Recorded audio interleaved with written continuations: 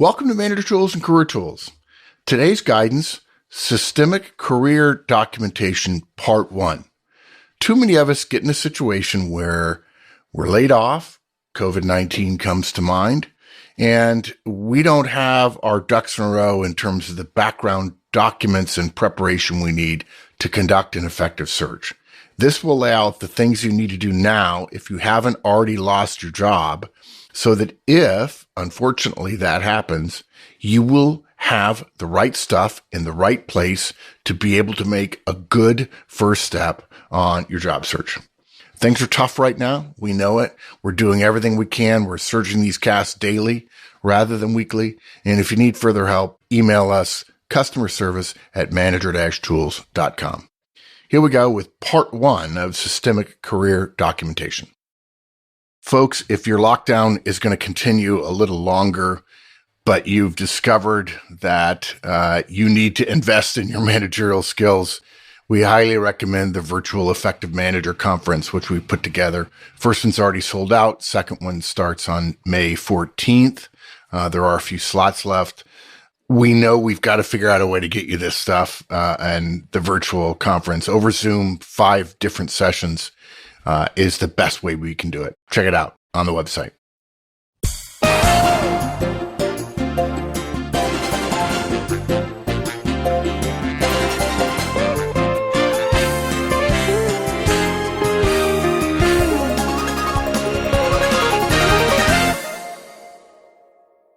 And we've talked about the career management document before, right? Yeah, we've mentioned it a bunch, right? Several times, right? Yep. But we've never really gone through it in any great amount of detail. And given how important it is as kind of the first place you'd start when putting your resume together, and the fact that you really don't want to be working on this stuff when you need a resume. When you need a resume, you need it. So we need to rectify that by talking a little bit more about it. And really, there are a couple of reasons for this cast. First of all, we started getting lots of questions.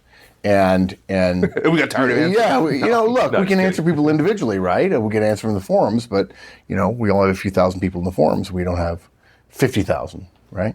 And the second reason is because it's our invention. We just want to be clear about that, right? We invented it. It is a career tools, manager tools creation in order to help people organize their career history. And it is designed to specifically address the fact that people have a resume that they may have created a couple of years ago for a specific job, which they created for a specific job. And because it got them that job, it is therefore somehow a good resume. But by definition, we've said this before, I'm sure we said it in the resume cast, we've said it many other times, many other places, the idea that you can distill your life down to a one-page document is a joke, right? It reminds me of that painting that I've referred to before that I like so much, which is a picture of a pipe. And the title of the painting is, "This is not a pipe," because it's a painting of a pipe. Same thing, your resume is not your life.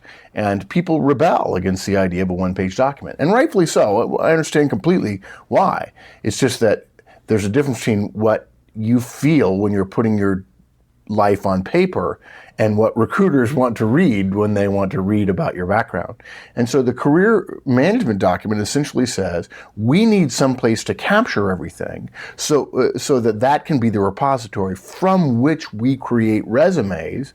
And we've alluded to it many, many times before, but you've got to have multiple resumes for multiple job applications.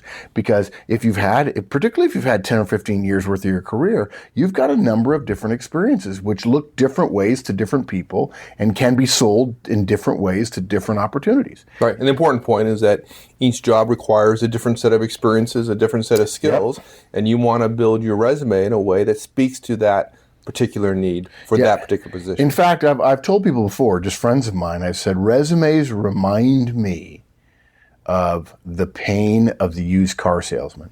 And that always gets sort of a funny look. So if you're listening and you have a funny look on your face, welcome to the crowd. But what I mean is this. Taking the time, if you're a used car salesman, taking the time to find out what it is a person wants who's on the lot, or any car salesman for that matter, not new or used, what color, what type, what style, what's the use, what's the, what kind of mileage you want, all those kind of things. Spending time getting to know a customer is much harder because it requires a great deal of uncertainty and probing and good listening skills. It's much harder than simply selling what you have in a lot. What you hope for, and what most car salespeople do, and most salespeople in general do, is sell the features of their vehicles, right? And that is pushing product rather than finding out what the customer's need is. Well, people get frustrated that resumes aren't a full representation of themselves because they are trying to push a product. They want their resume to be easy and be simple, and they're not willing to spend the time to understand what it is the client, the customer, the HR manager, the recruiting manager, the hiring manager wants.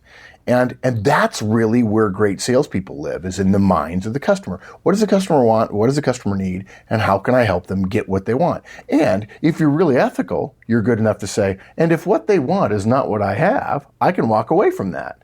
But if you're pushing product, then no, you don't walk away from anything. So literally, the resume, the one-page resume, or even any resume without some good background, some more depth than simply one page might have, or without a good analysis of what your customer wants, what your hiring manager wants, what the HR person wants, is really a very biased way to go into the transaction.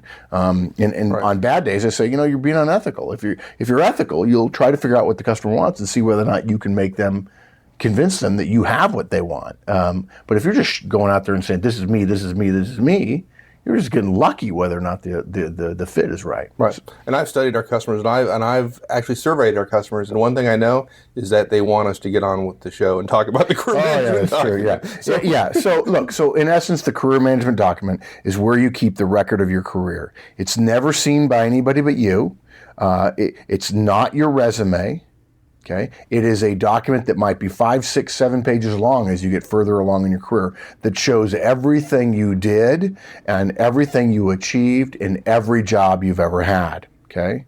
And at the same time, having a CMD, a career management document, is not enough. And it is part of a larger system of career documentation, which allows you to create and to have an effective resume when you need it. So, 4 parts to this show today, and this is about career management document within that larger career management system. Step 1, you got to create the CMD. Okay. Step 2, you've got to look for your accomplishments monthly. Step 3, you've got to update your career management document quarterly. We talked about this in our resume cast, right? Mm-hmm. You've got to spend some time, only half an hour once a quarter, just reviewing what's happened to me, what's going on, what do I need to add to this growing, burgeoning document, so that when I need to cull it down to one page, I'll have all the stuff I've ever done in it. And then lastly, step 4, of course, is create that resume from the career management document. Okay, so step 1, create your career management document, or CMD. We'll say CMD several times in today's show. We already know it's kind of the center of the whole kind of career management process, but before we go on and talk about how to create it, why don't you give us a little peek behind the curtain here in terms of what does it look like? If people don't have one in front of them, what does it look like? Let's get clear on that. It looks like an overly detailed, overly minutia-filled resume. It's 7, 8, 9, 10 pages. And in fact, it might actually have electronic addenda associated with it. It's a document with a title for each role you've held, the dates you had it, the company name, right? The location you were at when you were in it, right? Underneath that is a paragraph of all of your responsibilities. Now think about it. You might have, for a given job, 8 or 9, 10 even sentences of responsibilities for a given job. You're not going to have that much room on your resume. You're only going to end up with 3. Right. But you may choose on one job to bring out the 1st, 2nd, and 5th, and for another job, bring out the 1st, 3rd, and 4th as a way of highlighting different responsibilities from your background that sell you better for job A versus job B. Okay? Now, so for those of you who have seen our sample resume, and we encourage you to go get it, it's free, it's on the website, right? You'll be thinking the CMD looks a lot like that. And you'd be right. It does. It's basically a resume on crack, a resume on steroids. It's just a little bit longer. Yeah, than a resume, right? Yeah, because now, it occurs to me there are people who are going to be saying, "Oh, well, good. This is what I think my resume is. It's 2 or 3 pages." Folks, that's not true. The CMD can be as long as it needs to be. It's a complete record. It's not a resume. A resume is by definition incomplete. The CMD for a job you held for 2 years that job's entry in your CMD might be an entire page. Right. And somebody who's been in the workforce, say, 20 years, could have a 20-page CMD. Hypothetically. Absolutely. Hypothetically, And the problem is people think, well, I only want a 5-pager because I don't want it to be too long. Well, no. What you want is to have captured everything in one place. Remember when we did the cast on layoff immunization and we said, you've got to have your contacts written down. You've got to have them all in one place. Yep. In the event you get laid off, having an electronic version at work is not going to be, and people wrote to us and said we were Luddites and they complained and we understand that. I mean, look, it's much easier being digital nowadays, right? And we got the email from the guy who got laid off and said, thank you very much. I actually had it and I didn't have access to they took my work cell phone, which was my cell phone, right? Well, I have a personal cell phone if work's going to give me one for free, and they let me make personal calls on it, right? They literally took away his entire connection to his entire business life, save for his typed contacts list, and then somebody else said, oh, by the way, I'm a poster child for the exact opposite. They took everything away. I didn't have a printed version and I'm regretting it now. Right? So in a sense, it's like that because people are going to be saying, well, I only want a 2-page resume, so I'll just have 3 pages or whatever. No, this is really complete. It's really detailed. It's one document. Now, you don't have to have a printed version. You can have it on your home computer, provided your home computer is yours. But look, let's get into the details. How do you create it? If you haven't created one before, if you didn't do that based on our resume guidance from 4 or 5 years ago, start with your current resume. It's a great starting point, right? Now, to be fair, we're not about to recommend a one sitting, get it all done in an hour kind of job, right? You're going to need a couple hours, folks. And I know sometimes there are those of you who say, if I did all the things you told me to do, I'd really be busy. I said, well, yeah, you would be. And you'd be a lot more effective too. You're going to need several hours. You're probably going to need some extra time rooting around in your filing system. You're going to have to find some old information. Look, be smart. Spread it out over a week or two. I reminded once of the getting ready for your own personal review. And we told people you had a 12-week process, right? Half an hour. Over a period of 12 weeks. Only 6 hours once a year, which is not that much to ask in terms of your own career management relative to the big document that determines your success, which is your annual review. So spread it out over a week or two. Once you start thinking about your career, spreading it over a period of time is actually good because as you start thinking about your career, your brain is going to remind you of stuff that happened 6 months, a year or two ago. You're going to read an old job description and go, oh my gosh, I completely forgot about that. And now I'm thinking about a couple of projects that I wish I would have brought up in this job, or in this interview for this job. Well, great. That's great. Don't ever have to say that again. Write down something that captures what you need to have captured about that thing you did 5 to 7 years ago. Folks, this is particularly important for those of you who are interviewing internally. Internal interviews often tend to be light on external experience. What have you done here? Tell me about your experience working for Joe, my buddy. Tell me about your first job here and this, so on and so forth. There tends to be among large corporations an insularity to interviewing where the focus is myopic a little bit on, hey, the world doesn't exist outside of Abbott Labs or Procter & Gamble or Coca-Cola or IBM or Pebble Beach Corporation or whatever. It's just here. And so having good details from something a couple of years ago is very helpful to review getting ready for an internal interview. The really, really effective people who interview well internally are the ones who prepare as if it were an external interview. And if you get a couple of promotions on these internal interviews, your career management document and your resume have gotten seriously atrophied. And then you do an external interview and you don't have the stuff you need, you're not ready. And if you don't take some time to build a solid, big, heavy document, and I say heavy, that's probably the wrong word, but long, detailed document that you can cull from in the future, that maybe you don't use some of this stuff on your resume, but you know you can pull from it in an interview later in order to get ready. If you take the time to do it now, It'll benefit you enormously later. Manager Tools, Career Tools, we're all about wellness. We're not about, we love prevention, we love wellness, we don't want you to go to the doctor. Right. The great thing about this, and now it may take you a couple or several hours even to do it the first time if you don't have one already. But once you do it, you're talking no more than an hour once a quarter to maintain it. Probably more likely 30 minutes once a quarter. Yeah, it will save you hours later. And not only will it save you hours later, it'll save you hours when you will be panicking to produce a resume. And you might very well avoid, the chances are good, you will avoid becoming the cliche of the person who sends me a resume with typographical errors because you had to do it, quote, quickly, unquote. Okay, so look, you take each role you've had in your career and it one at a time, and you consider first your responsibilities. Look, as I mentioned before, instead of reducing that responsibilities paragraph to the 3 or 4 lines it needs to be in order for you to fit your resume onto one page, it's okay for it to go on for a half a page or even longer if you need to. Every report you're responsible for, every person you manage, if you manage 3 different types of people doing 3 different levels of stuff, include that level of detail. It may very well come back to be important later. Everything your manager has ever held you accountable for goes on your CMD. Okay? Now, again, we call it a CMD because we want you to get in your head. This is less about your memory, or less about your resume, and more about your memory. What we want you to do is dredge everything up and get it captured one time so you don't have to pace around your house going, what else might I have done that would fit? I don't remember.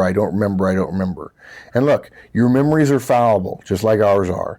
If we get it onto the page, what it allows us to do is when we create our resume for a particular role, we will have a lot more of the information at hand that we need. Maybe it only improves your resume by 10%. But hopefully many of you who are listening remember the purpose of a resume. It's to get you an interview. And you combine that with the Manager Tools, Career Tools law, which is in the land of the blind, the one-eyed man is king. You don't have to be super excellent at this. You simply have to be 1% better than the vast majority of people who are dead on the median.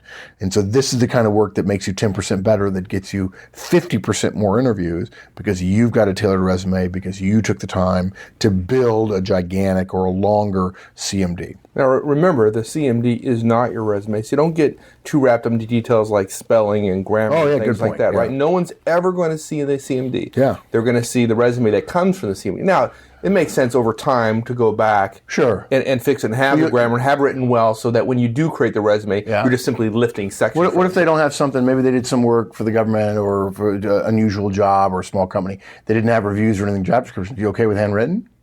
You capable of stapling a couple of notebook pages back at the end? Yeah. As long as you're capturing, right? It could be a 20-page document, 6 pages of width are handwritten. It could be a bunch of note cards. It could be yellow stickies. Okay, good. Not important. Yeah, exactly. It's almost, you call it a document, but really it's a compilation, right? It ends up being a single document, but the form of it might be a little bit different than what we think of as documents on computers. Absolutely. Right. Nobody's ever going to see this. All they're going to see is the resume you create from it. And there's a case to be made. It's a bit like brainstorming, where some of our, when we bring folks to conferences and they brainstorm about things, they're looking for the right answer. And the first brainstorm they do at one of our conferences, they get like 6 or 8 in a group in 2 minutes. And the next time when they heard one group had 18, suddenly everybody's getting 25 and 30 and 40, right? It's because they're looking for the right answer. The career management document is to brainstorming and decisions.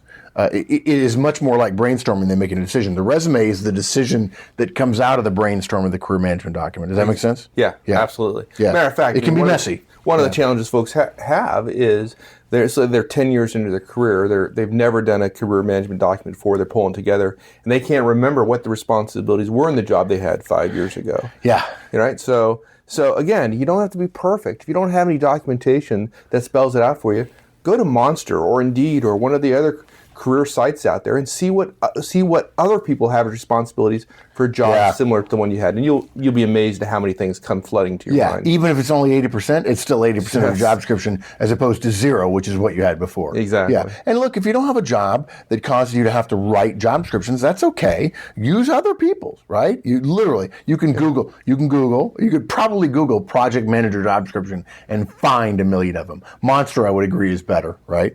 Career Builder is another one that's better as well. well. I'm sure Wall Street Journal, same thing. Somewhere on the Wall Street Journal career page, there's that kind of stuff. It's almost like it's almost like brainstorming, right? Go out there and see what, and you'll. If you put 5 of them together, I bet if you put 5 of them together, you get 95% of what you're. You go, yep, that's me. I'm missing this little part. Don't remember what it was, but that's okay. I've got 95%. That's all you need. There you go. Good. Okay, so that's building the responsibilities paragraph. Now remember, folks, this is a little bit harder for you if you haven't listened to our resume cast, but resumes are a particular animal. They have a particular format, reverse chronological, job history. You list some administrative stuff around the job, dates you had it, months and year, and title and location and company. And then you have 2 key things for every job. You have a responsibilities paragraph, which lists what you're responsible for sales and marketing in a region or what have you. And that's prose, and it's written like a normal paragraph in the sense that there are sentences with periods and then sentences after them. The next section, though, and this is where so many of you make mistakes, is now you get to accomplishment bullets. And for some reason, because the word got out that bullets are what recruiters and managers and hiring managers look at, somehow we've gotten rid of the responsibilities paragraph and everything is bullets. And what we do nowadays, what we see, and probably 90% of the raw resumes we get, I'd have to ask Wendy precisely, but I would be willing to bet it's 90% or higher. The bullets are a mishmash of responsibilities and accomplishments. Now look, if you say responsible for new marketing programs, great. That's a reasonable job description responsibility, right? Some people think that's an accomplishment, but that's right.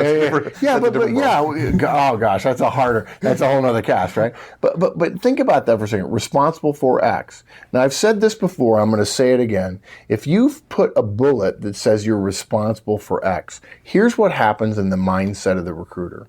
The bullet to them is meant to mean this is something you accomplished. If you put a responsibility in there, remember, a responsibility is something that you and anybody else who had that job was responsible for. The fact that you think it was a really cool responsibility is irrelevant. The fact that you were responsible for it to the recruiter only matters insofar as they get to find out how well you delivered on your responsibility. And so here's what happens. The recruiting manager says, A, he didn't do that well in this job because where he had a bullet and he could have listed an accomplishment, something he did well that would have excited me, telling me how well he did his job, he chose instead to insert a responsibility, which everyone has as a sheer function of showing up for the job on day one. So that's the first whammy, okay? The second whammy, and this is a sort of a harder one to convince people of, is if you put that down, there's a danger that they will assume you were fired. Because think about the person who got fired from a job and has to put some bullets on their resume. What will they do? They'll list their responsibilities as bullets because they don't have accomplishments if they got fired, right? I mean, there are plenty of people who get fired after years and years of great service, don't get me wrong. But in the abstract, in the basic principle, putting a responsibility says, I don't have an accomplishment to fit there. And in fact, I'm doing what people who were fired do. And it's 2 strikes almost immediately. Yep. So folks, we've already talked about responsibilities and now we're talking about accomplishments, and we don't want you to miss, for those of you who haven't listened to the resume cast, responsibilities and accomplishments are 2 different things. Responsibilities is that prose paragraph that starts every job, and then the accomplishments are bullets that happen after that come after it. For each role on your career management document, you've got to have accomplishments. What we're looking for here is the quantified result of your work. We don't, and this is a key point, Wendy spends a lot of time talking to people about this, we don't list activity, which arguably would be responsibilities, right? For example, project managed so-and-so project with 10 staff and budget of $2 million is activity. The result of that activity is whether you delivered it on time and on budget. Similarly, created process for incoming mail is an activity. The result, and that's what bullets are about, results, achievements, the result is the time saved or the reduction in lost mail, or some other benefit to the organization beyond just the creation of a process. on your CMD, it doesn't matter how you write the accomplishment, but it will save you time if you need a resume in a hurry. In fact, we ought to do a podcast called Resume in a Hurry, Resume in a Box, Resume in 30 Minutes. If you have put the accomplishments into the right format for your resume, which is result, verb, method. Give me an example of that. For instance, achieved $4 million additional revenue by selling follow-on maintenance contract to customer A. Okay? That was the result, $4 million additional revenue. The verb was by selling, and the method was follow-on maintenance contract to customer A. Write the project name or the customer or something identifiable after the accomplishment on the page. That's going to help you with remembering. But of course, you'll probably need to remove that when you actually go to creating your resume. Okay?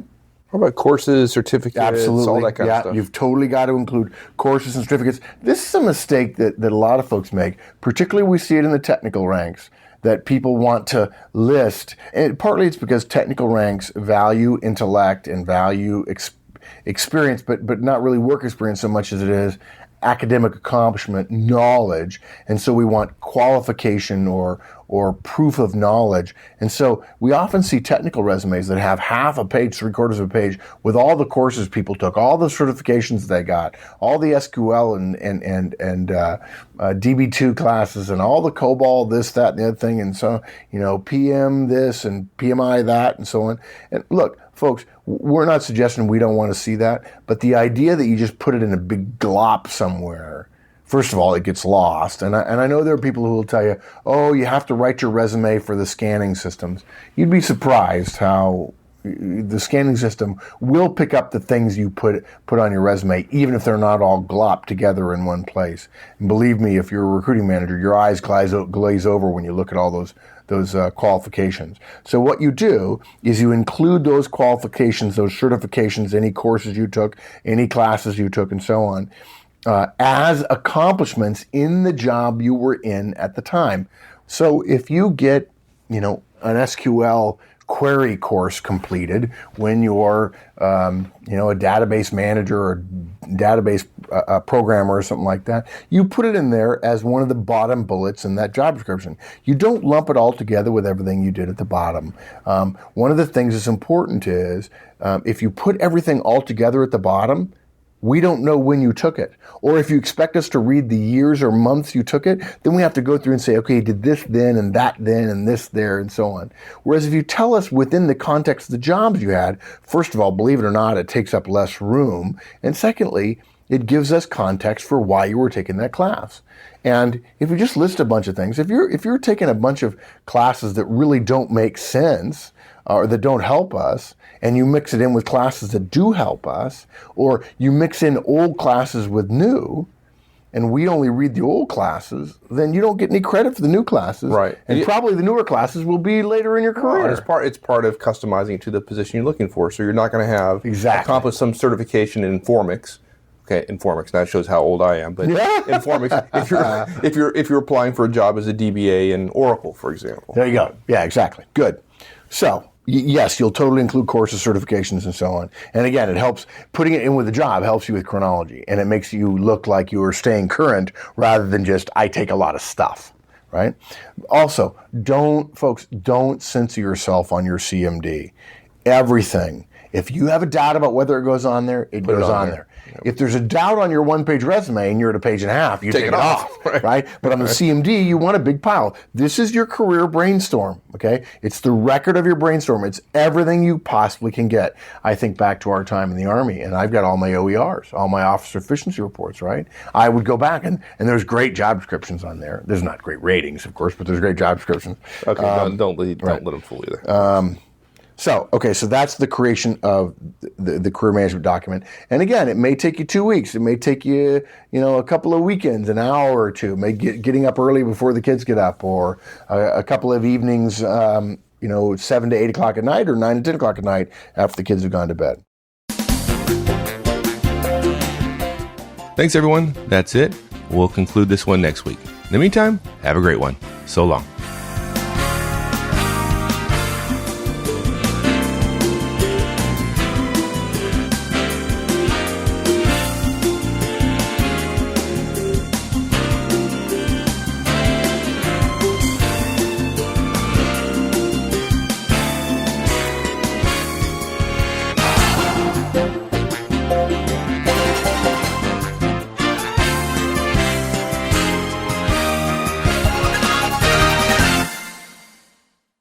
That's it for part 1, guys. Come back tomorrow for part 2.